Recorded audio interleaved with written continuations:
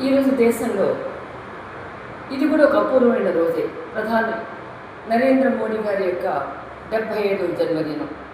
తెలంగాణ ప్రజలకి తెలంగాణ సాయుధ పోరాటంతో తెలంగాణ నిజాం యొక్క నిరంకుశత్వాన్ని నుంచి కూడా కబంధ హస్తాల నుంచి బయటకు వచ్చి భారత ప్రభుత్వంలో విలీనమైనటువంటి నిజాం యొక్క అధికార నిరంకుశ నియంత్రిత విధానం నుంచి బయటికి వచ్చి విమోచన జరిగినటువంటి మహత్తరమైన రోజు.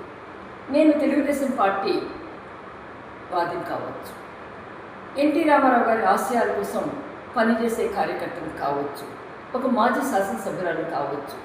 కానీ ఈ దేశానికి ఎవరు మహోన్నత సేవలు అందించారన్నప్పుడు ఏనాటికి మహాత్మా గాంధీని, జవహర్లాల్ నెహ్రూని మర్చిపోలేము. అలాగే భారతదేశానికి ప్రధానమంత్రిగా పనిచేసిన వారిలో పివి నరసింహారావు గారిని కానీ, వాజ్పేయి గారిని కానీ, అలాగే ఈ రోజున నరేంద్ర మోడీ గారిని కానివ్వండి, పేద ప్రజలకి ఒక రకంగా పేదరికాన్ని నిర్మూలించడంలో దగ్గరైనటువంటి ఇందిరాగాంధీ గారిని కానీ మనం మర్చిపోలేము. నాకు ఒక హిందువుని కూడా నేను జన్మతః భారతదేశంలో హిందూతత్వ వాదాన్ని ముందుకు తీసుకెళ్తూ భారతదేశ సమైక్యతకి ప్రతినిధిగా భారతదేశం యొక్క వాయిస్ని అన్ని దేశాలలో సమర్థవంతంగా వినిపించడంలో ముందుకు వస్తున్నటువంటి ఒక వ్యక్తిగా వాజ్పేయి గారి తర్వాత నరేంద్ర మోడీ గారిని మనం అందరం కూడా అభిమానించకుండా ఉండలేము, ఆరాధించకుండా ఉండలేము. ఈ రోజున ట్రంప్ లాంటి ఏది పెడితే మాట్లాడే వ్యక్తి యొక్క నాలుక కూడా మరలా తడబడుతూ సారీ మోడీ గారు అనగలిగిన, లేకపోతే బ్రదర్ నీ జన్మదిన శుభాకాంక్షలు చెప్పగలిగిన ఆ ఘనత మోడీ గారికే తగ్గుతుంది.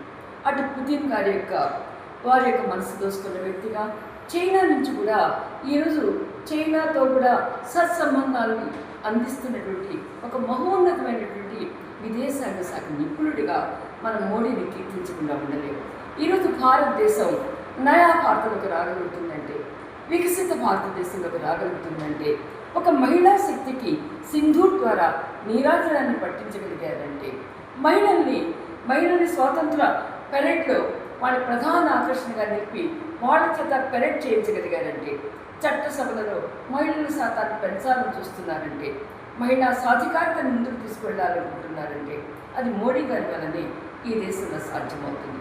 అందుకే నేను వేరే పక్షంలో ఉన్నప్పటికీ కూడా, తెలుగుదేశం పార్టీ సిద్ధాంతాలు కట్టుబడిన వ్యక్తినైనప్పటికీ కూడా మోడీ గారిని అభినందించకుండా ఉండలేను, ఆరాధించకుండా ఉండలేను, ఆయన యొక్క విధానాల మీద మొగ్గు చూపకుండా ఉండలేము.